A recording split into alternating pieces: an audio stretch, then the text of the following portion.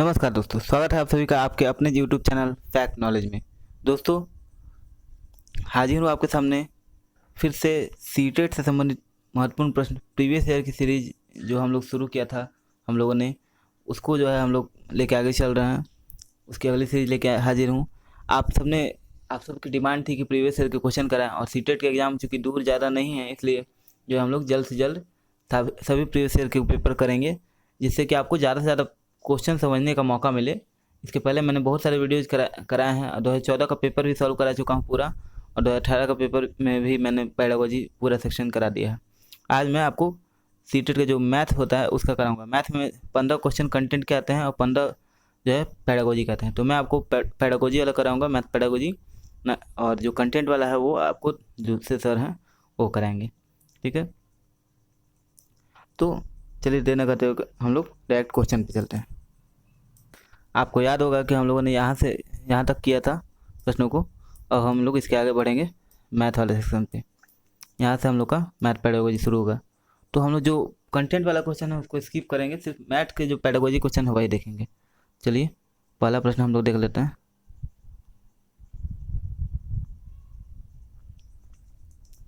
पहला प्रश्न हमारा, अशिक्षित दुकानदार द्वारा उपयोग किए जाने वाले गणित ऑप्शन सभी गणितीय समस्या को हल करने में बहुत उपयोगी है।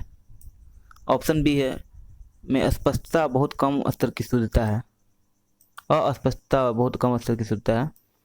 ऑप्शन नंबर थर्ड हमारा कि संबंधित समस्याओं को हल करने में वैकल्पिक रणनीतिक रूप में कक्षाओं में शिक्षकों द्वारा चर्चा की जानी चाहिए। ऑप्शन नंबर डी हमारा गणित कक्षा में उपयोगी नहीं है। तो इसका आंसर है ऑप्शन नंबर जो हमारा सी, यानी कि संबंधित समस्याओं को हल करने में वैकल्पिक रणनीतिक रूप में कक्षा में चर्चा की जानी चाहिए, शिक्षकों द्वारा चर्चा की जानी चाहिए। आंसर हो जाएगा हम लोग का 3। ठीक है, अब देखिए कैसे होगा, इसको हम लोग डिस्कस कर लेते हैं। आपको पता है कि सारे क्वेश्चन को हम लोग डिस्कस करते हैं। हमारा ध्येय यहाँ पे ये नहीं है, हमारा लक्ष्य ये नहीं है कि सिर्फ क्वेश्चन करके निकल गए। हम लोग क्वेश्चन को एक एक क्वेश्चन को डिस्कस करते हैं, ताकि वैसे क्वेश्चन आपको आगे देखने को मिले, सीटेट में अवश्य देखने को मिलेंगे, तो आपसे वो क्वेश्चन छूटे ना। ठीक है, तो चलिए हम लोग देख लेते हैं। कह रहा है कि अशिक्षित दुकानदार जो होता है, दुकानदार नॉर्मल दुकानदार, उसके द्वारा उपयोग किया जाना जो गणित होता है उसमें जो है उसको वो गणित क्या है। तो देखिए उससे संबंधित स्टेटमेंट दिया है, तो उसमें ये स्टेटमेंट हमारा सही होगा कि जो गणित होता है उससे संबंधित समस्याओं को हल करने में वैकल्पिक रणनीतिक रूप में कक्षाओं में चर्चा की जानी चाहिए शिक्षकों द्वारा। क्यों? इससे देखिए इससे क्या होगा कि जैसे हम लोग नहीं होता है कि हम लोग लाभ हानि वगैरह कराते हैं, क्लास में पढ़ाते हैं कक्षा में, तो लाभ हानि में नॉर्मल हम लोग क्या करते हैं, एक रुपये की एक पेन इतने में मिलती है तो 50 पेन कितने में मिलेगी, और वो पेन जो है राम जो है ये खरीदा, उसने इतने रुपये में बेच दिया। ठीक है, तो कितने का लाभ हुआ या कितने का हानि हुआ, ऐसे हम लोग बताते हैं।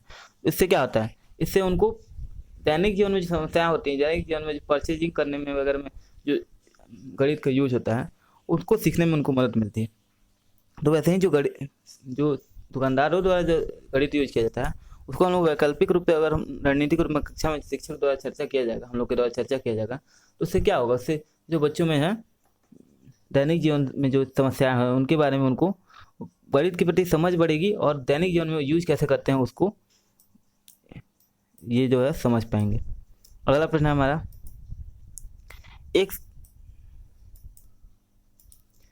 एक शिक्षक को गणित कक्षा में बच्चों के एक विषम समूह को कैसे संभालना चाहिए। ऑप्शन है हमारा, एक ही कक्षा में सभी बच्चों को एक साथ समूहित रखकर। ऑप्शन बी है, अलग अलग क्षमताओं वाले बच्चों को एक दूसरे के साथ समूहित रखकर ताकि वे एक दूसरे से सीख सकें। ऑप्शन सी है हमारा, कम क्षमता वाले बच्चों के अनुसार कक्षा में प्रश्न हल करके और उच्च क्षमता वाले बच्चों को जटिल प्रश्न गृह कार्य के रूप में देकर। ऑप्शन डी है हमारा, एक ही क्षमता वाले बच्चों को एक साथ समूहित रखकर उनकी क्षमता के अनुसार प्रश्न देकर। तो इसका आंसर क्या हो जाएगा, इसका हमारा हो जाएगा आंसर ऑप्शन नंबर बी, यानी कि ऑप्शन नंबर बी हम लोग का अलग अलग क्षमताओं वाले बच्चों को एक साथ समूहित रखकर ताकि वे एक दूसरे से सीख सकें। यानी कि आंसर बी हो जाएगा। अब क्या इसको कैसे होगा ये देख लेते हैं, इसको डिस्कस कर लेते हैं। अब देखिए, एक शिक्षक जो है गणित कक्षा में विषम समूह वाले बच्चे यानी अलग अलग समूह के बच्चों को कैसे करेगा। तो देखिए, जैसे मान लीजिए कि उनकी क्षमता अलग अलग है, तो विषम समूह हो गया, अब उनको जो है उनको एक साथ रखा जाएगा, ठीक है। अलग अलग क्षमता है उनका, कोई कोई स्लो लर्नर है, कोई ज़्यादा है, कोई मैथ में बहुत तेज है, कोई धीरे धीरे सीखता है, किसी की मैथ कमज़ोर है, किसी बहुत ज़्यादा तेज है।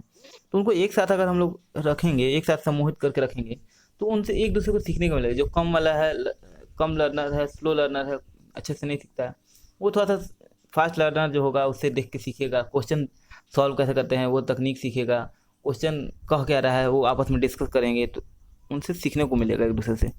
तो यही इस क्वेश्चन में बताया गया है। अगले प्रश्न में बढ़ते हैं हम लोग।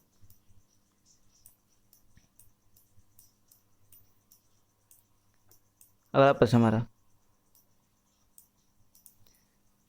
गणित में सीखने के प्रतिफल इसलिए विकसित किए गए हैं ताकि, ऑप्शन देख लेते हैं। ऑप्शन नंबर ए है, विभिन्न शैक्षिक सर्वेक्षणों में बच्चों की उपलब्धि बढ़ाया जाए। ऑप्शन बी है हमारा, बच्चों द्वारा हासिल किए जाने वाले कक्षावार दक्षता और कौशल को परिभाषित किया जाए। ऑप्शन सी है, वर्ष की अंत तक परीक्षाओं के लिए बच्चों को तैयार किया जाए। ऑप्शन डी है हमारा कि गणना के लिए बच्चों को लघु विधियां बताई जाए।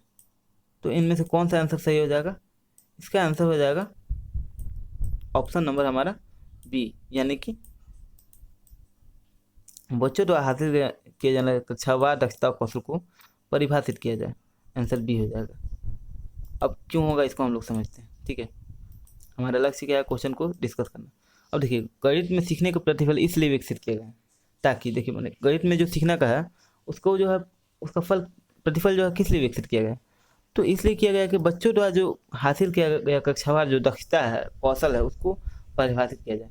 अब गणित में जो प्रतिफल यानी कि जो मान लीजिए ग्रेड सिस्टम या जो भी हम लोग दे रहे हैं, तो उसको क्यों हम लोग ये करते हैं, क्यों लाया गया है?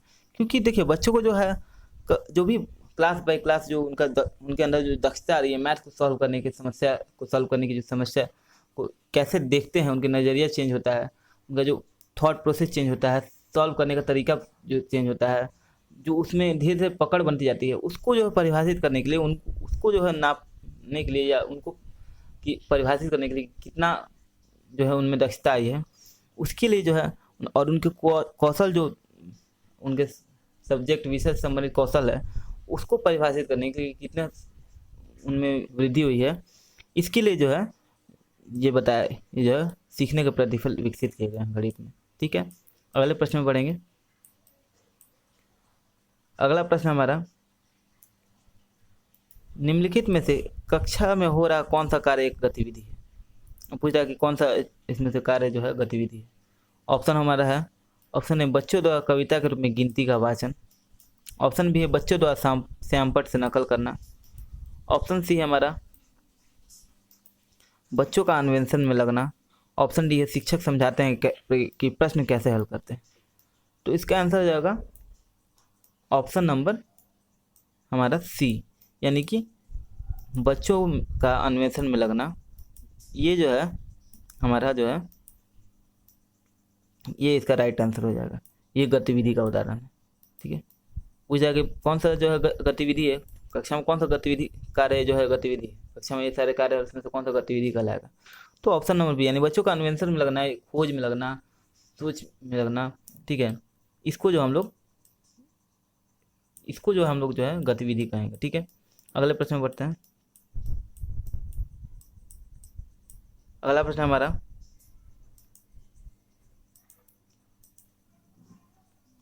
बच्चों के बीच गिनती के कौशल को विकसित करने के लिए निम्नलिखित में से कौन सा पूर्व संख्या अवधारणा के रूप में सीखने के लिए आवश्यक नहीं है? फिर यहाँ पे देख लीजिए, मैं आपको बार बार ये करता हूँ कि नहीं वाले जो है इसको आप लोग अच्छे से एक बार हाईलाइट कर लीजिएगा, तो क्योंकि जो है हमारे दिमाग से निकल जाता है, हम लोग थोड़ा से मिस्टेक की वजह से हम लोग कर लेते हैं। और जनरली हम लोग इसको भले वो डार्क कलर से दिया और नहीं को पेपर में क्या करता है कि डार्क कलर से दिया रहता है, लेकिन फिर भी आपको एक बार वहाँ पेन चला लेना है। क्यों? क्योंकि आपको वो दिमाग में इस तरह से बैठा रहेगा। तो क्या करेगा, बच्चों के बीच गिनती कौशल को विकसित करने के लिए निम्नलिखित में से कौन सा पूर्व संख्या अवधारणा के रूप में सीखने की आवश्यकता नहीं है? ऑप्शन देखेंगे, क्रमबद्धता। ऑप्शन बी है संख्या का यादृच्छिक रूप से पढ़ना, ऑप्शन सी समूह बनाना, ऑप्शन डी है एक एक संगतता। तो इसका आंसर क्या हो जाएगा? इसका आंसर हो जाएगा ऑप्शन नंबर बी, यानी संख्या का जो है उसको जो है नाम जो है संख्या नाम वो यादृच्छिक रूप से यानी कि जो है रैंडमली पढ़ना, यादृच्छिक होता है रैंडमली पढ़ना, उसको जो है हम लोग संख्या का नाम रैंडमली पढ़ते हैं। तो वो अवधारणा जो है गिनती कौशल को विकसित करने के लिए और पूर्व संख्या अवधारणा के रूप में सीखने के लिए आवश्यक नहीं है। बाकी क्रमबद्धता हो गया, ठीक है, समूह बनाना हो गया, एक एक संगतता जो है गिनती हम लोग सिखा रहे हैं मान लीजिए, ठीक है। तो बच्चे को जो है लाइन क्रमबद्धता से पढ़ाएंगे या फिर समूह बना के पढ़ाएंगे, एक एक संगतता से पढ़ाएंगे, लाइन बाय लाइन, ठीक है। लेकिन जो है जो संख्या का नाम रैंडमली पढ़ेंगे, ठीक है, उससे क्या होगा, उनमें कहाँ संख्या के जो है अवधारणा विकसित होगी, तो इससे जो है संख्या की अवधारणा विकसित नहीं होगी। अगला प्रश्न बढ़ते हैं। अगला प्रश्न हमारा, एक बच्चे से यह पूछने पर कि क्षेत्रफल क्या है, उसने लंबाई इंटू चौड़ाई उत्तर दे दिया। क्षेत्रफल की अवधारणा के बारे में, बच्चे की समझ के बारे में आप क्या कह सकते हैं? ऐसे प्रश्न बनते हैं कि बच्चे ने ये उत्तर दिया था, आप उसकी अवधारणा, मैंने पिछले वीडियो में आपको कराया था, पैडागोजी में भी ऐसा दिया था कि जो है ऐसे प्रश्न कि बच्चा जो है दूध की डेयरी से जाकर दूध से दूध ले रहा है, तो वो बोलता है कि जो है दूध जो है मशीन से निकाला जाता है, तो उसको क्या मतलब है? इसका मतलब था कि जो है बच्चा जो है उसके अनुभव पर आधारित है। तो वैसे ही इसमें लंबाई क्षेत्रफल का बारे में पूछने पर उसने लंबाई इंटू चौड़ाई उत्तर दे दिया। तो ऑप्शन यहाँ पे दिया है कि क्या कह सकते हैं इसके बारे में। ऑप्शन है बच्चे, ऑप्शन नंबर 1 है हमारा, ऑप्शन नंबर 1 हमारा, बच्चे ने किसी भी बंद आकार के क्षेत्रफल के सामान्य विचार को आयत के क्षेत्र के रूप में उपयोग किया है, ठीक है। ऑप्शन बी है बच्चा सही कह रहा है कि क्षेत्रफल लंबाई इंटू चौड़ाई है। ऑप्शन सी है हमारा, बच्चा क्षेत्रफल और परिमाप की अवधारणा के बीच उलझन में है। ऑप्शन नंबर डी है हमारा, बच्चे को क्षेत्रफल की अवधारणा के बारे में कोई जानकारी नहीं है, ठीक है। तो इसका जो है हमारा राइट आंसर हो जाएगा ऑप्शन नंबर ए, यानी कि बच्चे ने किसी भी बंद आकार के क्षेत्रफल के सामान्य विचार को आयत के क्षेत्रफल के रूप में उपयोग किया है, ठीक है। ये इसका राइट आंसर हो जाएगा। अगले प्रश्न पढ़ेंगे।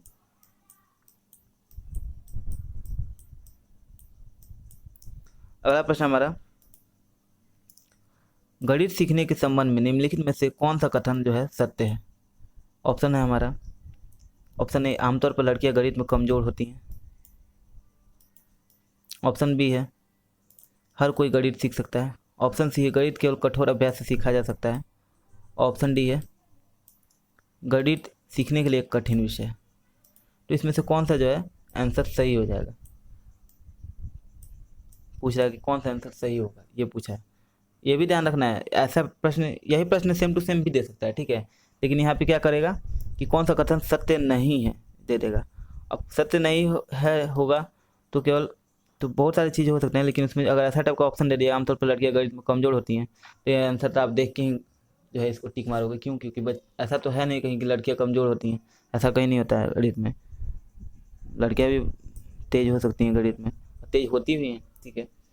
तो किसी विषय से कोई ये नहीं संबंध रखता है। जैसे बहुत से लोग आजकल क्या होता है कि जो है बच्चा अगर बायोलॉजी पढ़ रहा है तो वो डॉक्टर ही बनेगा, ठीक है। या फिर जो है बच्चे जो है, मैंने एक पेरेंट्स को देखा था, वो बच्चा बायोलॉजी लेना चाह रहा है तो वो बोल रहे हैं क्या बच्चे लड़की वाला सब्जेक्ट पढ़ रहे हो? अब बताइए, बायोलॉजी लड़की वाला सब्जेक्ट है क्या? या फिर मैथ है तो कौन सा तुमको इंजीनियर बनना है? अरे मैथ पढ़ने का मतलब इंजीनियर नहीं बनेंगे, कोई और चीज़ नहीं, उसके रुचि का विषय है, वो रुचि के अनुसार पढ़ना चाहता है। लेकिन लोग का अवधारणा बदलने की जरूरत है। तो यहाँ पे इसका ऑप्शन हो जाएगा आंसर बी, यानी कि गणित हर कोई सीख सकता है, ठीक है। अब देखिए इसको डिस्कस कर लेते हैं। कह रहा है कि गणित सीखने के संबंध में कौन सा कथन सत्य है? तो इसका आंसर हो जाएगा गणित हर कोई सीख सकता है, यानी कि ये सही है कि चाहे वो लड़का हो, लड़की हो, या फिर कोई भी जेंडर से रिलेटेड नहीं है, बड़ा हो छोटा हो, हर कोई गणित सीख सकता है। लेकिन बाकी सारी चीज़ें सत्य तो हो सकती हैं, लेकिन कुछ चीज़ें असत्य है। जैसे आमतौर पर लड़कियां गणित में कमजोर होती हैं, ये गलत है। फिर ऑप्शन नंबर 3 है गणित केवल कठोर अभ्यास से सीखा जा सकता है, ये सही है, गणित कठोर अभ्यास से सीखा जा सकता है। लेकिन कठोर अभ्यास ऐसे जरूरी नहीं है, अभ्यास से सीखा जा सकता है, कठोर जरूरी नहीं है। आप रेगुलर कर रहे हो तो आपको धीरे धीरे गणित का अभ्यास जो है करने से सीखा जा सकता है यहाँ। लेकिन गणित सीखने के लिए कठिन विषय है, ये भी गलत है। गणित सीखने के लिए कठिन विषय नहीं है, कोई भी विषय कठिन या आसान नहीं होता। उसके लिए जो एफर्ट लगाया जाता है उसको सीखने के लिए, सिखाने वाले की क्षमता, सीखने वाले की क्षमता, सीखने वाले का एफर्ट और सिखाने वाले का एफर्ट, ये सारे मिल करके आपको जो है किसी विषय को आसान या कठिन बनाते हैं। अगला प्रश्न हमारा, पाइथागोरस प्रमेय को सिखाने के लिए एक शिक्षक ने एक शीट वितरित की है जिस पर समकोण वाले 4 त्रिभुजों को खींचा गया था और बच्चों को त्रिभुज की भुजाओं के बीच संबंध खोजने के लिए कहा जाता है। उपयुक्त परिस्थिति में शिक्षक ने प्रयोग किया है। ऑप्शन देख लेंगे हम लोग। ऑप्शन है निगमनात्मक विधि, ऑप्शन बी है व्याख्यान विधि, ऑप्शन सी है प्रयोगशाला विधि, ऑप्शन डी है हमारा आगमन विधि। ठीक है, तो इसका आंसर हो जाएगा हम लोग का ऑप्शन नंबर डी यानी आगमन विधि। देखिए, क्योंकि अब देखिए इसको डिस्कस कर लेते हैं, क्यों सही होगा। देखिए क्या कह रहा है ये कि पाइथागोरस प्रमेय सिखाना है, तो एक शिक्षक जो है एक शीट वितरित किया जिस पर समकोण वाले 4 त्रिभुजों को खींचा गया था। बच्चे जो है त्रिभुज की भुजाओं को संबंध खोजने के लिए उनको कहा जाता है। ठीक है, अब क्या है इससे क्या होगा कि बच्चे को पहले आपको जो है उदाहरण दिया जा रहा है। ठीक है, उदाहरण दिया जा रहा है, उसके बाद से आपको जो है पहले आपको सीट दे दिया गया, उस पर समकोण त्रिभुज बना गया। उसके बीच अब आपको संबंध खोजने को कहा जाएगा कि इनके कोणों के बीच, चारों भुजा के बीच संबंध खोजो। वो खोजेंगे कि जो है कोण जो है सामान्य है, तब उनको जो ये बताया जाएगा कि देखो कोण सामान्य है, यानी कि जो इसका कोण सामान्य हो वो समकोण त्रिभुज होता है। ये चीज़ अब उदाहरण दे देगा, फिर उसके से जो थ्योरी है या जो नियम है उसके तरफ लेके गया। तो ये चीज़ें आपको आगमन विधि में होती है। अगले प्रश्न पढ़ते हैं। अगला प्रश्न हमारा, निम्नलिखित में से कौन सा कथन संकल्पना मानचित्र के बारे में सत्य नहीं है।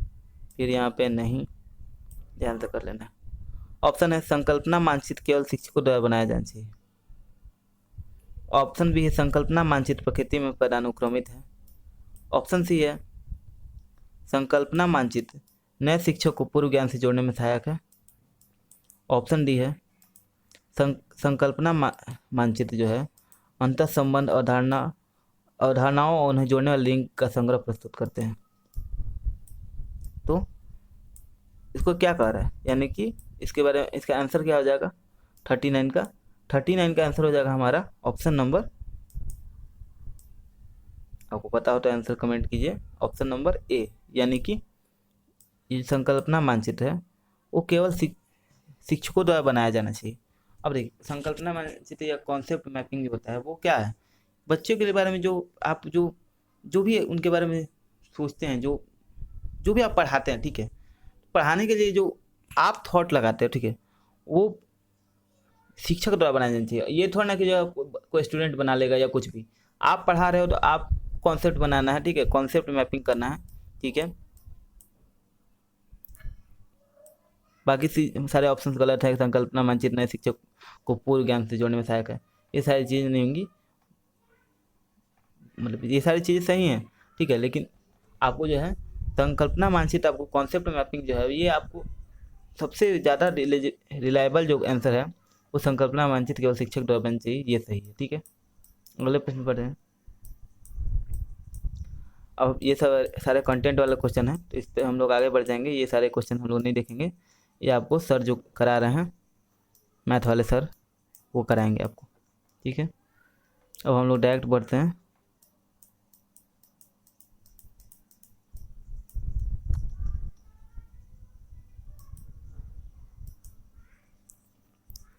अब हम लोग बढ़ेंगे, क्वेश्चन नंबर 55 से जो है फिर से पेडागोजी शुरू होगा, तो हम लोग उस पर बढ़ते हैं। क्वेश्चन नंबर 55 पे सारे कंटेंट वाले क्वेश्चन है मैथ कंटेंट के, तो आपको मैथ कंटेंट का क्लास चल रहा है, आप आराम से देख सकते हैं।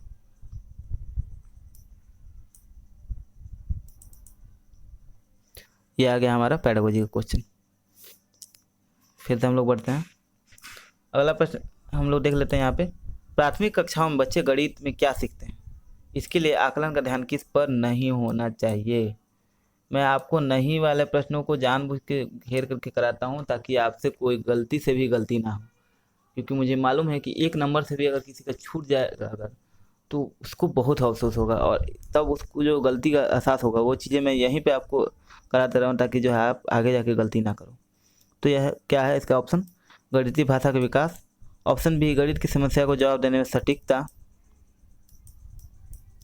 ऑप्शन सी है तर्क कौशल का विकास। ऑप्शन डी है हमारा गणितीय अवधारणाओं को समझना।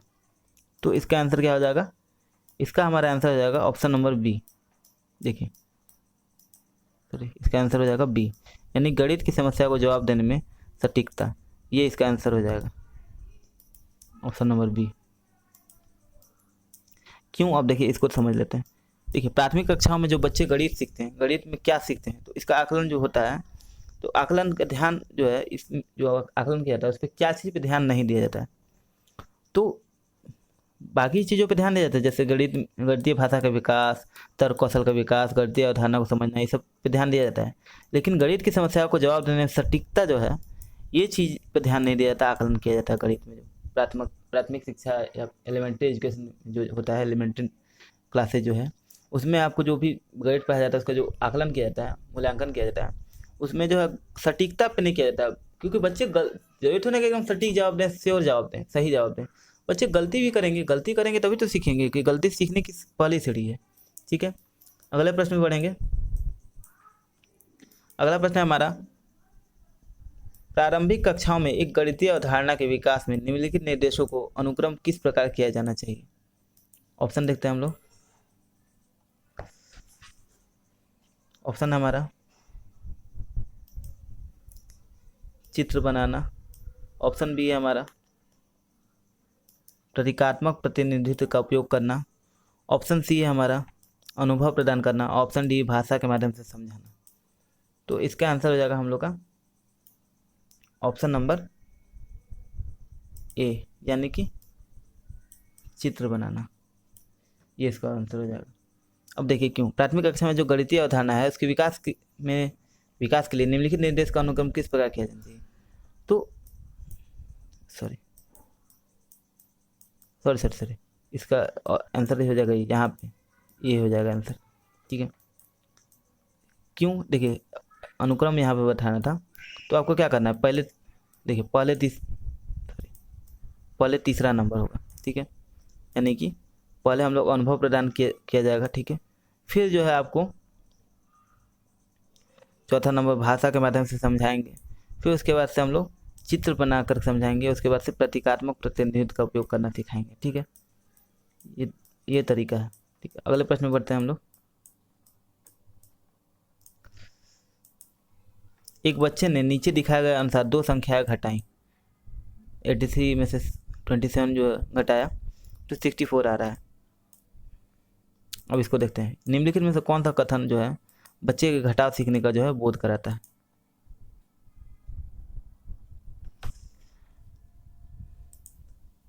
कौन सा ऑप्शन है, बच्चा नहीं जानता कैसे घटाना है। ऑप्शन नंबर बी है, बच्चा 2 अंकों वाले जो है संख्या को घटाव की प्रक्रिया जानता है। ऑप्शन नंबर सी है हमारा, यह एक गलती है, इसे बार बार अभ्यास करके सुधार किया जा सकता है। ऑप्शन डी है, बच्चों को घटाव की प्रक्रिया में स्थानीय मान के बारे में गलत अवधारणा है। पिछले पेपर में जो 2014 वाला मैंने कराया था उसमें भी ऐसा टाइप का प्रश्न था, उसमें स्थानीय मान से संबंधित प्रश्न था वो। ठीक है, अब इसमें देखते हैं इसमें क्या है। इसका आंसर हो जाएगा ऑप्शन नंबर डी, यानी कि बच्चे को जो है वो घटाव की प्रक्रिया के बारे में जो है उसमें स्थानीय मान के बारे में गलत अवधारणा है। क्यों, देखिए अब देखिए 83 में से 27 घटाया। ठीक है, तो अब 3 में से 7 घटा रहा है। ठीक है, और 3 में से 7 घटा रहा है तो वो 4 लिख रहा है। क्यों, क्योंकि आपको देखिए वो समझ रहा है कि हम नीचे वाले में से ऊपर घटाएं, ऊपर वाले यानी बड़े में, उसको सोच रहा है कि बड़े वाले में से नीचे छोटे वाला घटा देना। तो 7 में से 3 घटा दिया तो 4 आता है, तो ऐसे ही उसने नीचे से ऊपर घटा दिया है, उसने स्थानीय मान का ध्यान नहीं रखा। फिर इस तरह से इसने जो 8 में से जो 8 है, इस 8 में से 2 जो है घटाना था, तो क्या किया उसने क्या किया, 8 में से 2 घटा के 6 कर दिया। यानी कि इसका सीधा किया है लेकिन इसका जो है उल्टा कर दिया, ऊपर नीचे करके। उसको स्थानीय मान के बारे में जानकारी नहीं है कि उसको सही, ये बड़ा है और छोटा है तो उसको कैरी लेकर के सॉल्व करना चाहिए, तो इसके बारे में उसको नहीं पता। अगले प्रश्न में पढ़ेंगे। अगला प्रश्न हमारा, अधिगम आकलन के चक्र को निम्नलिखित चरणों के क्रम में व्यवस्थित कीजिए। ऑप्शन ए है हमारा शिक्षक अधिगम के साथ एकीकृत आकलन। ऑप्शन बी है शिक्षक अधिगम और आकलन की योजना बनाना, उसका संगठन। ऑप्शन सी है रिपोर्ट का विकास। ऑप्शन डी है हमारा बच्चों के अधिगम और प्रगति की प्रतिपुष्टि रिपोर्ट और उसका संचार। अब देखिए यहाँ पे ये कह रहा है कि ऐसे प्रश्न बहुत सीटेट में बनते हैं, आपको ध्यान रखना होगा ये चीज़ें बहुत, आपको ऐसे टाइप के प्रश्न की इनफैक्ट आपको अभ्यास कर लेना चाहिए। ठीक है, मैं आपको जो इसकी पीडीएफ आपको टेलीग्राम में मिल जाएगी जब, ठीक है, वीडियो देखिएगा उसके बाद इसकी पीडीएफ इसकी टेलीग्राम से उसी दिन मिल जाएगी। ठीक है, या फिर आपको वीक के लास्ट में आपको उसकी पूरा जो है आपको क्या किया जाएगा कि पूरा जो पेपर है उसको वीक के लास्ट में डाला जाएगा। क्यों? क्योंकि देखिए मान लीजिए मैंने पूरा वीक में आपको कराया पेपर को, ठीक है, तो जब पेपर आपको कराया अब अलग अलग करके थोड़े ना मिल सकता है, आपको पूरा पेपर दिया जाएगा, या फिर आप पेपर खुद से भी डाउनलोड कर सकते हो, नेट से मिल जाएगा वैसे। ठीक है, तो अगर आप वहाँ से जैसे टेलीग्राम से ज्वाइन करते हो वहाँ से डाउनलोड करोगे तो हफ्ते के लास्ट में आपको मिलेगा, तो आप रिवीजन भी कर सकते हो, क्वेश्चन के आंसर देख सकते हो। उसमें से आप क्या करेंगे कि ऐसे टाइप के जो भी प्रश्न होंगे उसको आप अलग कर लोगे, ठीक है, स्क्रीनशॉट लेके, या फिर जो भी, या फिर यहाँ से स्क्रीनशॉट ले सकते हैं और उसको आप अलग करके लास्ट में बाद में अभ्यास करेंगे जरूर। ठीक है, अलग से अभ्यास करेंगे कि इसमें गलती होने के चांसेस रहते हैं। आपको यहाँ अनुक्रम बताना है कि 1 2 3 4 या 1 2 4 3 कौन सा होगा, तो यहाँ देखेंगे, यहाँ इसका आंसर हो जाएगा हम लोग का ऑप्शन नंबर डी, यानी कि ये वाला आंसर। पहले जो है दूसरा होगा, ठीक है, पहले दूसरा होगा, यानी शिक्षक अधिगम और आकलन की योजना बनाना, उसका संगठन करना। फिर उसके बाद से हम लोग पहला ऑप्शन यानी शिक्षक अधिगम के साथ एकीकृत आकलन करेंगे। फिर ऑप्शन नंबर थर्ड होगा कि प्रगति रिपोर्ट बनाएंगे, ठीक है, और उसके बाद से 4 नंबर बच्चे के अधिगम और प्रगति की प्रतिपुष्टि रिपोर्टिंग और उसका संचार करेंगे। ठीक है, अगला प्रश्न बढ़ते हैं हमारा सेकेंड लास्ट प्रश्न कि रोमन अंकों का उपयोग आमतौर पर हिंदू अरबी अंकों जैसी संख्याओं का लेखन में क्यों नहीं किया जाता है। ठीक है, तो ऑप्शन है रोमन अंकों को याद करना मुश्किल है। ऑप्शन बी है रोमन अंकों का उपयोग करके संख्याओं को बनाना एक जटिल कार्य है। ऑप्शन थर्ड है हमारा बच्चे अंग्रेजी वर्णमाला और रोमन अंकों में भ्रमित हो जाते हैं। और ऑप्शन डी है रोमन अंक स्थानीय मान का नियोजन नहीं करते इसलिए इन अंकों का उपयोग करना मुश्किल होता है, उपयोग करके गणना करना मुश्किल होता है। तो इसका आंसर हो जाएगा ऑप्शन नंबर हमारा डी, यानी रोमन अंक स्थानीय मान का नियोजन नहीं करते हैं। ठीक है, इसलिए इन अंकों का उपयोग करके गणना करना जो है मुश्किल हो जाता है। अब देखेंगे क्यों नहीं किया, ये कह रहा है कि रोमन अंक का उपयोग, क्वेश्चन को समझने का प्रयास करेंगे कि रोमन अंक का उपयोग हिंदू अरबी जो अंक जैसी संख्या को लेखन में क्यों नहीं किया जाता। नहीं किया जाता, ठीक है, करना है। क्यों किया जाता है ये नहीं करना है, नहीं वाले प्रश्नों को आपको ध्यान से करना है। मैं बार बार इसलिए कर रहा हूँ ताकि आपसे गलती ना हो। अब क्यों नहीं किया जाता, तो देखिए मान लीजिए रोमन अंक हम लोग लिखते हैं, कैसे लिखते हैं रोमन अंक हम लोग ऐसे, फिर 2 लिखना है तो ऐसे लिखेंगे, फिर थर्ड लिखना है तो 3 अंक, फिर 4 लिखना है तो ऐसे करके लिखते हैं। ठीक है, अब आप क्या करेंगे, रोमन अंक हम लोग लिखेंगे तो उसमें क्या कहेंगे स्थानीय मान, उसमें कहाँ पता चल रहा है कि आपको, वही हम लोग अगर 1 1 2 हम लोग लिखेंगे। ठीक है, अब आप देखिए इसमें जैसे कि हम लोग को 999 लिखना है, ठीक है, 999 999 में इसमें पता चल रहा है कि कौन सा अंक कहाँ पे है, स्थानीय मान का पता चल रहा है। वहीं उसमें हम लोग लिखेंगे तो 1919 और ये 999 ये हो गया। आपको 999 लिख दिया, आप क्या करना है, अब इसमें जो है स्थानीय मान का जो है कन्फ्यूजन हो जाएगा, आपको गणना करना मुश्किल हो जाएगा। स्थानीय मान का उपयोग करके जब आप जोड़ घटाव करोगे, ठीक है, तो मुश्किल हो जाता है। ऐसा भी नहीं है कि नहीं किया जा सकता, लेकिन करने का आमतौर पे हम लोग उपयोग नहीं करते क्योंकि मुश्किल होता है इससे। ठीक है, लास्ट हमारा प्रश्न है एक शिक्षक अपनी कक्षा में बच्चों को उनके परिवेश में मौजूद वस्तुओं के भौतिक गुणों को अपने शब्दों में समझाने के लिए प्रोत्साहित करता है। ऑप्शन अपने छात्रों के साथ ऐसी गतिविधि करने के पीछे शिक्षक का क्या सबसे उचित उद्देश्य क्या है। अब यहाँ उचित उद्देश्य के बारे में स्टेटमेंट दिया है, आपको बताना है कौन सा उचित उद्देश्य है। ऑप्शन है बच्चे का अपनी भाषा में वस्तु को समझाने का आनंद लेते हैं, जैसे कि वे डम सराड खेलने का आनंद लेते हैं, दम से राज होता है, दम से राज को खेलने का आनंद लेते हैं। ऑप्शन बी है हमारा, जब बच्चों को अनौपचारिक रूप से किसी वस्तु के भौतिक गुणों का निरीक्षण करने का अवसर देता है, जो आकार के बारे में उसकी समझ को गहन बनाता है। ऑप्शन नंबर थर्ड है, यह एक उपयोगी गतिविधि है जो एक बच्चे को आकार का परिचय कराती है। ऑप्शन नंबर 4 है, यह एक रोचक गतिविधि है जिसे आकार की अवधारणा को पूरा देखने के लिए खाली समय में किया जा सकता है। तो इसका आंसर हम लोग का क्या हो जाएगा, आंसर हो जाएगा हम लोग का बी, यानी कि यह अनौपचारिक रूप से किसी वस्तु के भौतिक गुणों का निरीक्षण करने का अवसर देता है, जो आकार के बारे में उसकी समझ को गहन बनाता है। अब देखिए इसको समझते हैं। मान लीजिए एक शिक्षक है, वो अपनी कक्षा में बच्चों को परिवेश में मौजूद वस्तु के भौतिक गुण को समझाने के लिए प्रोत्साहित करता है। अब जैसे आप कक्षा में जा रहे हैं, तो भौतिक गुण के बारे में बताइएगा। और भौतिक गुण का क्या है, वो जो उसका जो है भौतिक गुण जो देख सकते हैं हम लोग, ठीक है।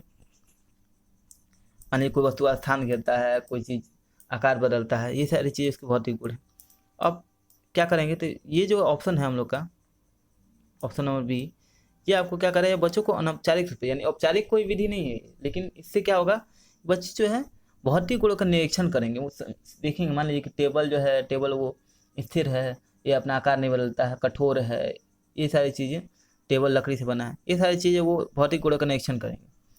इस तरह से बेंच हो गया, जो भी चीज़ें हैं, डस्टर हो गया, ब्लैक बोर्ड हो गया, सारी चीज़ें वो उनको भौतिक गुण का निरीक्षण करेंगे। ये औपचारिक विधि नहीं है, अनौपचारिक विधि है, और उसके आकार के बारे में गहन समझ को उनका विकसित करता है। तो इसी के साथ हमारा जो है मैथ पेडागोजी 2018 के दिसंबर वाला जो पेपर है, उसका मैथ पेडागोजी का सेक्शन समाप्त होता है। उम्मीद करता हूँ कि आपको क्वेश्चन पसंद आए होंगे, वीडियो पसंद आया होगा। वीडियो अगर पसंद आ रहा हो तो वीडियो को लाइक कीजिए, शेयर कीजिए अपने दोस्तों में।